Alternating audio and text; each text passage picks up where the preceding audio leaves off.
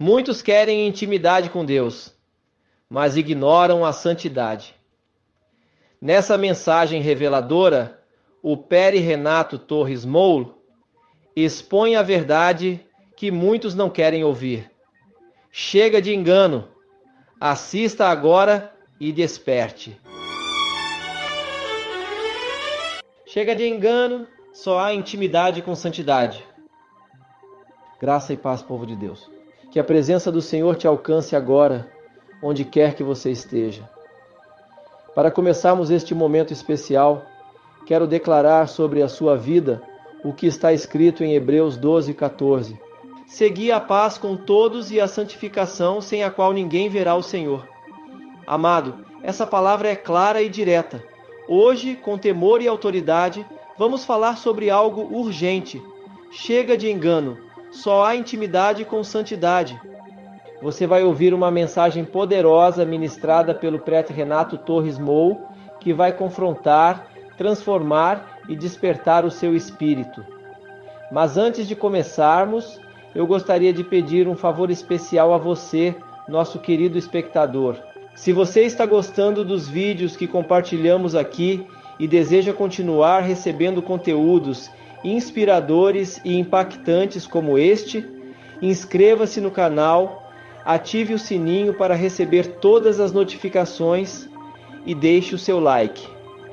E lembre-se, nos comentários fixados está o link para o nosso grupo de oração no WhatsApp. Estou ansioso para ler o seu comentário, sua experiência com essa palavra ou até mesmo o seu pedido de oração. A sua participação é fundamental para podermos continuar levando mensagens edificantes e cheias da unção de Deus para a sua vida e para milhares de outras pessoas. A história de Moisés começa num momento muito crítico, quando o povo de Israel se multiplicou no Egito, se tornando mão de obra escrava na mão de Faraó. Por causa da ida de José e, consequentemente, de Jacó e seus irmãos, e a sua instalação no Egito, o povo cresceu muito. Eles tinham a bênção de Deus na sua vida. Mas, com a mudança do governo, o novo líder egípcio não respeitou a história daquele povo e foi até ingrato por não reconhecer que foi através daquele povo que Deus mandou a bênção para a terra, por causa, evidentemente, de José. Mas havia uma promessa dada por Deus há tempos muito remotos, e essa promessa não ficou perdida no tempo. Até quem recebeu a promessa se esqueceu dela, mas o que fez não se esqueceu. E nós vemos que momento crítico era esse que o povo estava passando. No capítulo 3 do livro Tema, quando Deus aparece para Moisés enquanto apacentava o rebanho do seu sogro Jetro. E o que Deus vai falar para Moisés ali no verso de número 7 é: tenho visto atentamente a aflição do meu povo que está no Egito, e tenho ouvido o seu clamor por causa dos seus exatores, porque conheci as suas dores.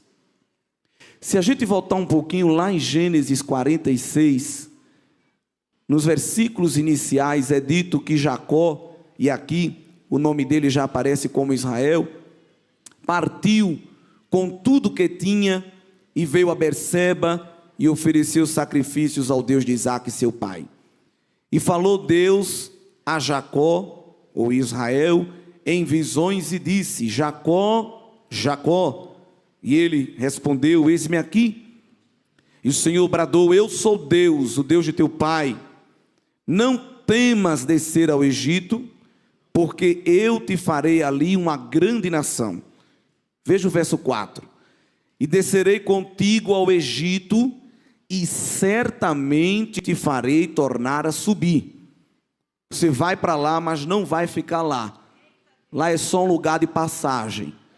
Porque eu fiz uma promessa a Abraão que daria a terra que emana leite e mel para ele. O Egito vai ser só uma estação, só um posto de gasolina para vocês colocar uma reserva no tanque. Mas há um projeto, um propósito muito maior para a vossa vida. Deus vai falar aqui, irmãos, com Jacó. E a gente, o pastor falou aqui que tem uma frase de teologia que é muito usada. E tem uma outra frase da teologia pentecostal que também é muito falada. Crente que tem promessa não morre. Mas isso é uma distorção. Porque crente que tem promessa morre. Jacó morreu e não viu o cumprimento da promessa. Quem não morre é quem fez a promessa. Esse aí não. Ele vela sobre a sua palavra para a cumprir. Deus falou com Jacó aqui e se passou 400 anos que ele nunca mais tornou a tocar neste assunto. Aquela famosa coisa que a gente fala, a tal da confirmação da profecia.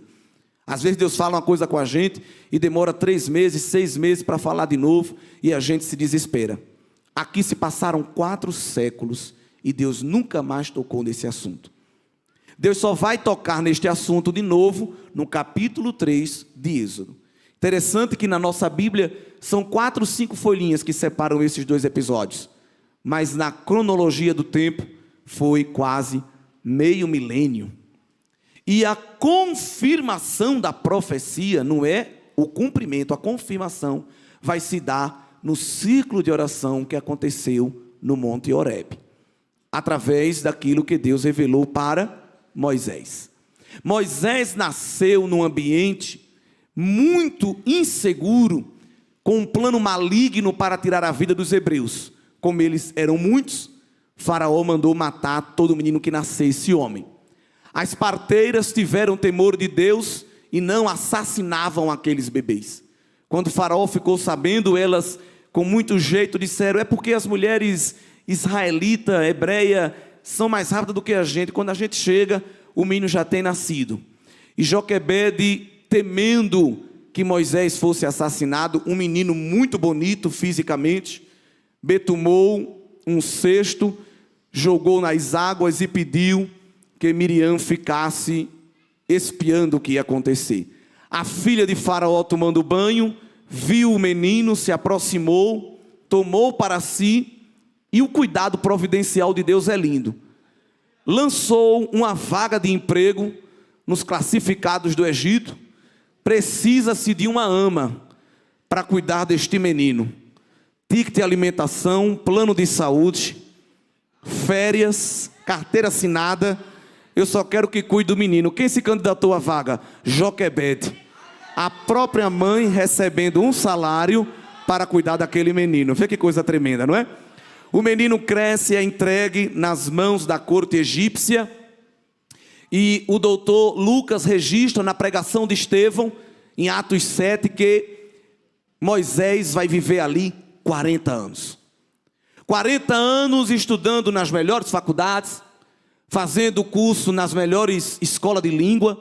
Moisés falava no mínimo 3 línguas, usando a melhor roupa, comendo a melhor comida, fazendo check-up nos melhores hospitais. Ele fazia parte da corte da superpotência mundial da época.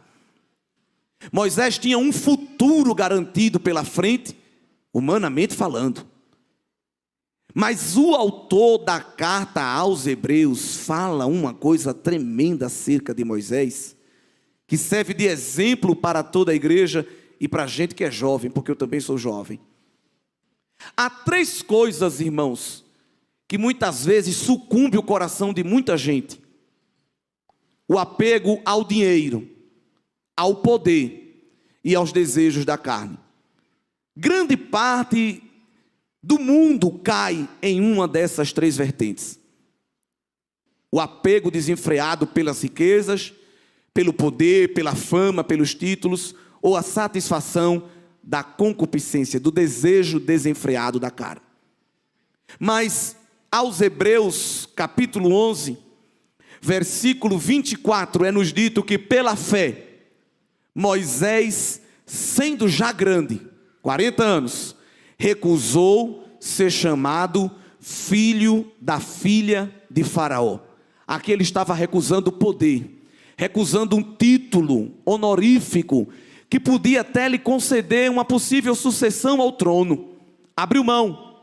Tem gente, irmão, que mata e morre por qualquer tipo de cargo terreno.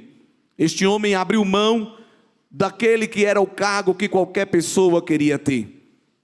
No versículo 25, nos dito que ele não recebeu nenhuma contrapartida. Recusou ser chamado filho da filha de Faraó, escolhendo antes ser maltratado com o povo de Deus, do que por um pouco de tempo ter o gozo do pecado.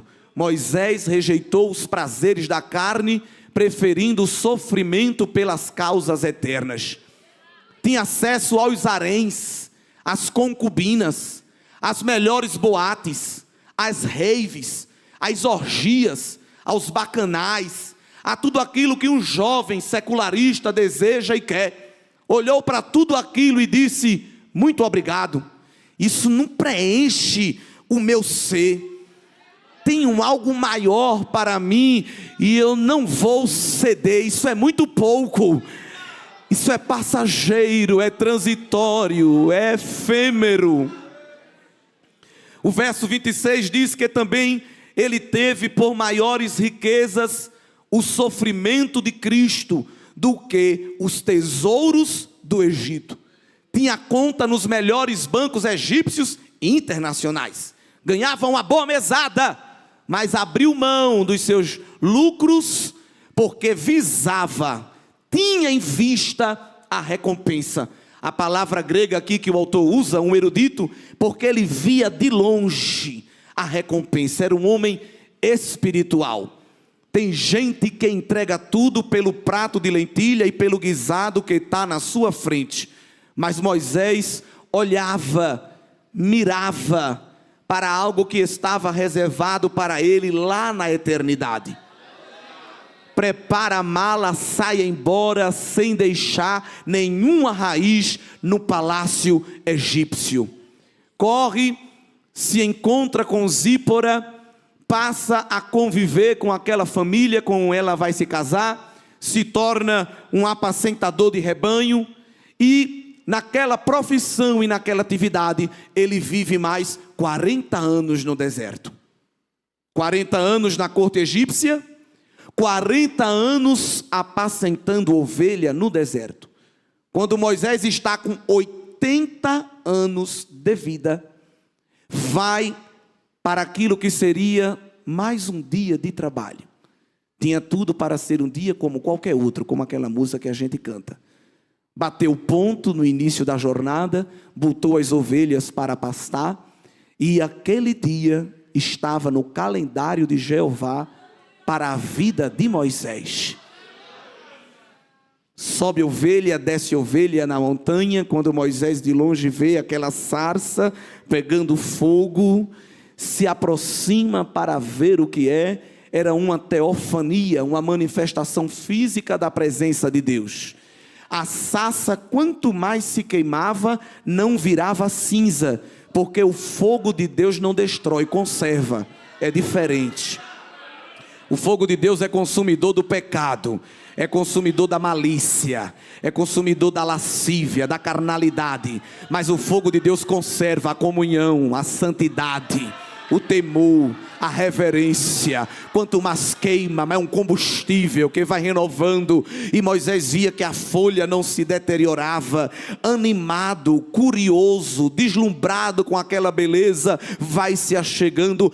Deus com voz altissonante brada do meio do fogo: Moisés, Moisés, não se achegue muito perto não, tire a sandália do pé, porque a terra onde estás é santa. Deus nem falou que ele era santo, porque isso é óbvio. A terra ficou santificada com a presença dele, porque o caminho da intimidade com Deus passa pela santidade. Tem gente que diz que tem intimidade com Deus, mas não ora, não jejua, não não abre a Bíblia para ler Salmo 23, verso 1, não canta um hino dentro de casa, mas quando está diante da sarça, eu tenho intimidade, eu sou do fogo, você não é não, porque para ter intimidade tem que ter santidade, não se achegue de todo jeito não, porque Deus ele bota limite, para se envolver nos mistérios dele tem que ter humilhação, tem que ter quebrantamento, tem que ter veste branca. Agora quando o crente se rende, quando o crente se prostra,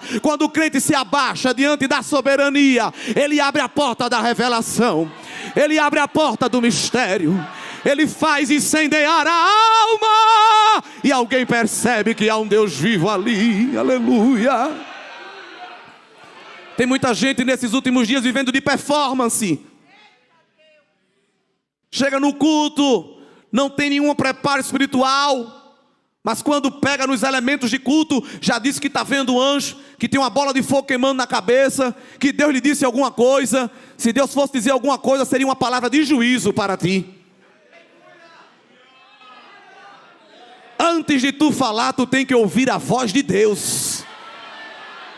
Moisés tinha 80 anos de vida, e Deus disse, eu quero agora te revelar um mistério. Eu ouvi o clamor do meu povo. Moisés sabia que quem estava falando com ele era maior do que ele. Assim como Saulo no caminho de Tarso, quando Jesus deu aquele flash, foi só o flash da câmera, quando Jesus bateu o flash, que ele viu aquela luz, e a voz do Senhor bradou, Saulo, Saulo, opção. Abacuque viu a depravação moral dos homens, e fez uma oração que nem todo crente pode fazer, uma oração ousada. Ele chegou na igreja e disse, Deus, está vendo isso não, é? Que bagunça é essa? Cadê o Senhor? Vai deixar o negócio ficar assim como está? Não é qualquer crente que pode fazer esse tipo de oração. Deus tratou com Abacuque. Abacuque chegou amargurado. Deus fala para ele, Abacuque, prepara um outdoor, escreve a profecia que eu vou te dar, porque até quem passar correndo eu quero que ele leia e saiba o que eu vou te dizer agora. Deus dá uma palavra para Abacuque, ele se anima, mas Deus diz, é pouco. A palavra eu já dei ao profeta, agora eu vou agir. Capítulo 3 de Abacuque, Abacuque vai registrar poeticamente a manifestação física da presença de Deus. Abacuque pensou que tudo estava perdido, o Senhor desceu do céu e veio fazer uma visita na terra.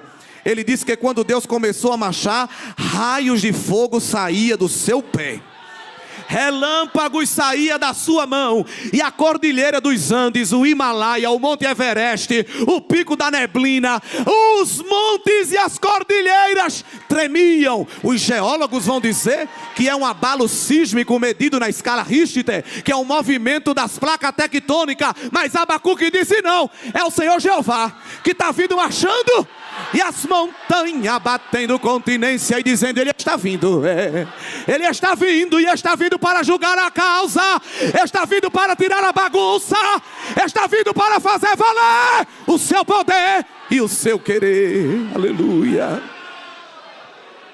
Não foi uma visão apenas, porque Abacuque vai dar até a localização geográfica de Deus, não é? Ele veio de Bazã e de Temã. Glória a Deus. Aqui Deus vai dizer para Moisés, eu não ouvi, não só me inclinei, não só estou mandando um representante, eu estou descendo para livrar. E se prepare, Moisés, que agora eu estou lhe candidatando a uma vaga, e você já está sendo selecionado no processo. Você vai ser o libertador do meu povo. Agora veja se a maneira de trabalhar de Deus não é estranha aos olhos humanos. Moisés passou 40 anos lá dentro, e o povo já sofria.